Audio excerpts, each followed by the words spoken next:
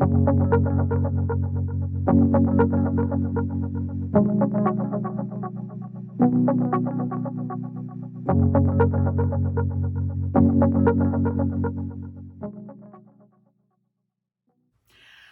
and welcome to Makeup Mugwump. My name is Leanne. Thank you so much for joining me. Let's talk about depotting. So I have really enjoyed putting together seasonal like Z palettes using singles and some depotted shadows.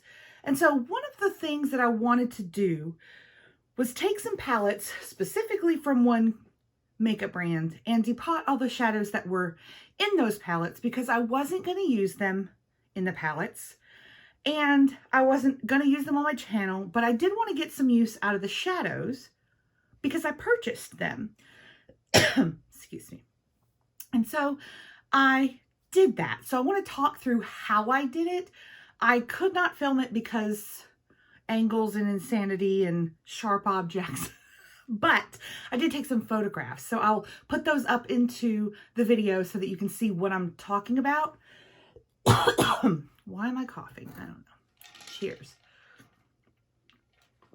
I'm about 6 tumblers behind the popular tumblers. I'm still on the OG Yeti that I got years ago.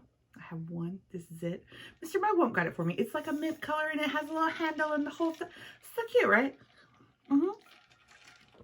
So let me talk through like the tools that I used and show you all the shadows and kind of talk through how I did it. So I have a toolkit. Hold on. I'm so excited to show it to you. So I don't know how long ago, a couple of years, I guess, we were somewhere, maybe Target? I don't know. It was back to school shopping time. And they had these pencil cases that, look at the sharks, have nothing to do with makeup. But look at the sharks. So cute. Anyway, it's like this like hard case. And I bought it, not knowing what for. The answer to that came recently. And what for is depotting tools.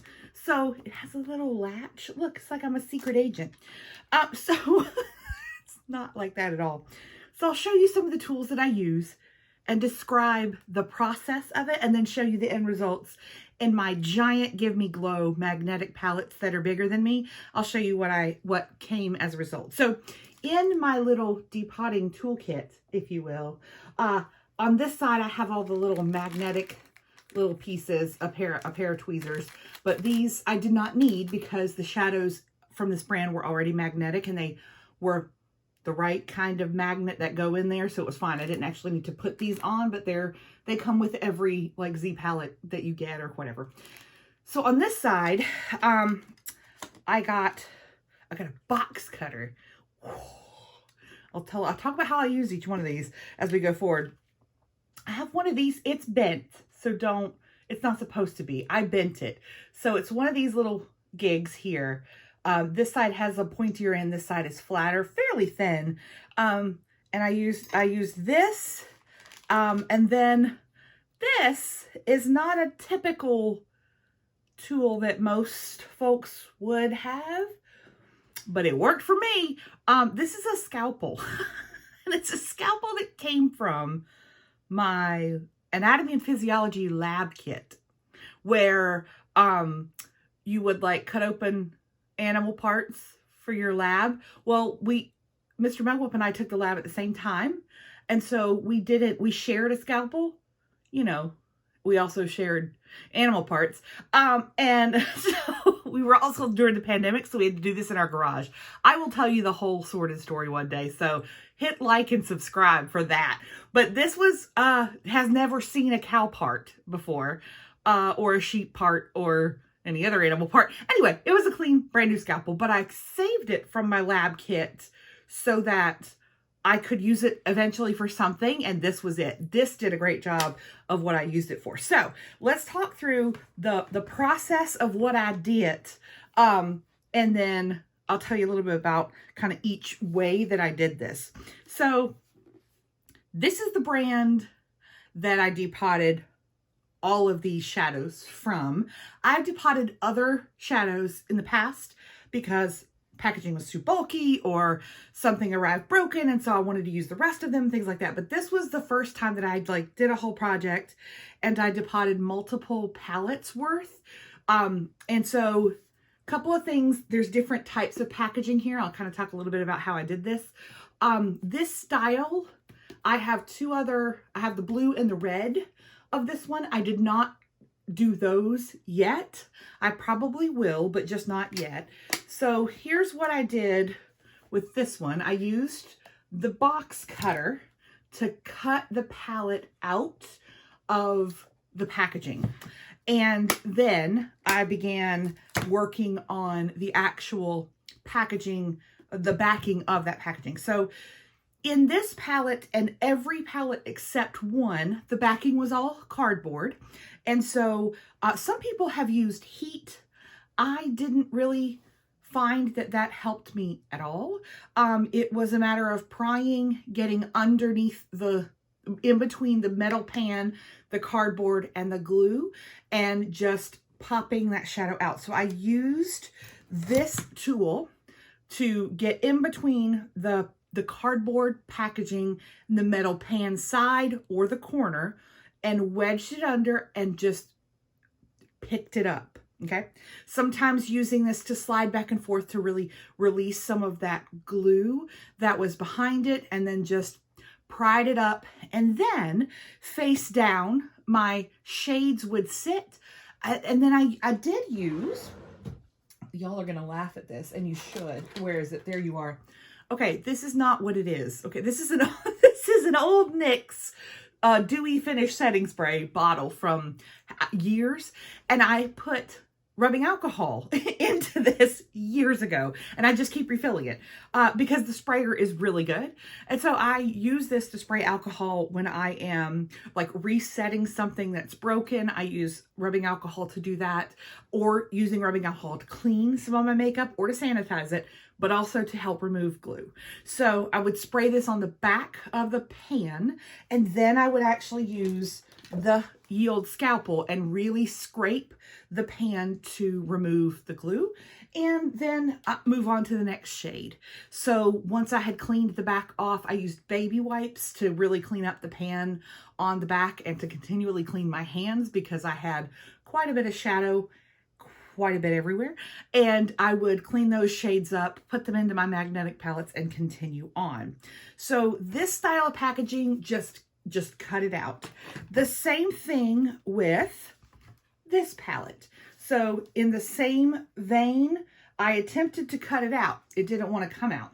This one, I ended up I cut some out and then decided to just pry from within the palette. It didn't quite work in the same way, but I still got everything out. And that was this palette. A little bit more tricky, but not as bad as the trickiest palette. These palettes, on the other hand, not tricky at all. So these, I just pried up the backing off of the pans and just pried it off, and then worked again. The backing was cardboard all the way through, and so those came up fairly easily, and depotted those as well. The most difficult palette that I depotted was this one, and I pried up the back just fine, just pried it up using the box cutter. That was not the difficult part. The difficult part was the backing on this was a plastic pan, all connected to each other, and it was very difficult to get the shades out. So several shades broke from this palette, which is upsetting because I didn't want to break shades. I know some people are like, well, it doesn't matter anyway. It does. I paid for them and I'd like to use them and get use out of them. And so I was careful. I wasn't careless with this project. So let me show you what the end result is from my two Gigantor palettes. And I actually used them kind of as they were designed. I used this palette to store all of the, what I would call the neutral shades, and then this palette to store all the colorful shades. So let me show you. These are Give Me Glow Cosmetics palettes that are, I mean, they're just giant. There was no need for how big this was, except consider if I also depotted the blue and the red palettes, I would be almost out of room in this one. So, and I threw them in there in sort of what I consider to be like color families of a sort in the way that makes sense to me. I would probably reorganize this 3,000 ways. But this palette is not going to be for me to actually like open up on my vanity and use. This is really a storage palette for me. And what I plan on doing is pulling a few shades out of it to use in a smaller magnetic palette that I will keep on my vanity, that I switch out for seasons or holidays or whatever. So this is really just storage. I know it's gigantor, huge, hunacious, gargantuan, all of those things. But it is going to store quite a number of shades, which I'm happy about. So here are my colorful shades.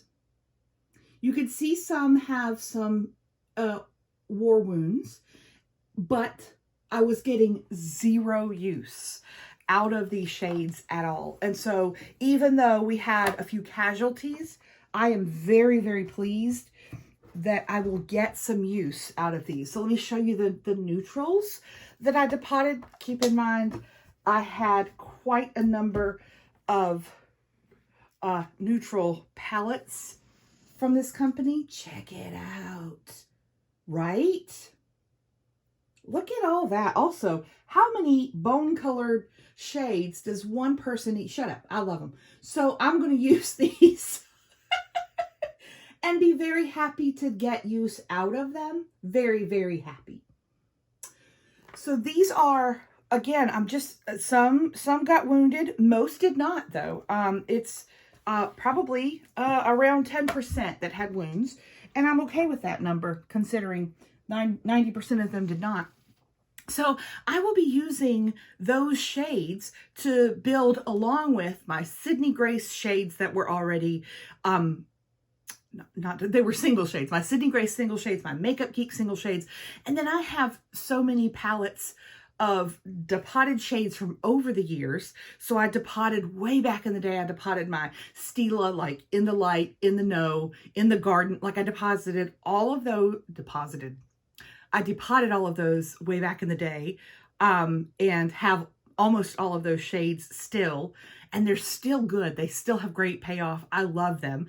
I have a few, just random shades that I either didn't like the packaging or it was loose in the packaging, and so I went ahead and got it out. I've done this over 10 years of depotting things. So I have Z palettes full of single shades from a variety of places. My M Cosmetics, way back when they first launched, when they did those life palettes, those really large life palettes with all the different size circular pans.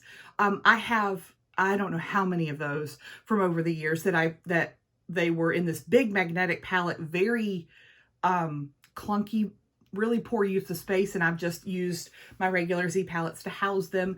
Any single shades that I got over the years in Ipsy, anything like that, I've deposited like some BoxyCharm palettes that came that I only wanted to keep certain shades out of, things like that. So I use those, and I pull from what I have and then build my palettes for a season. I'll show you the ones that I have right now for winter.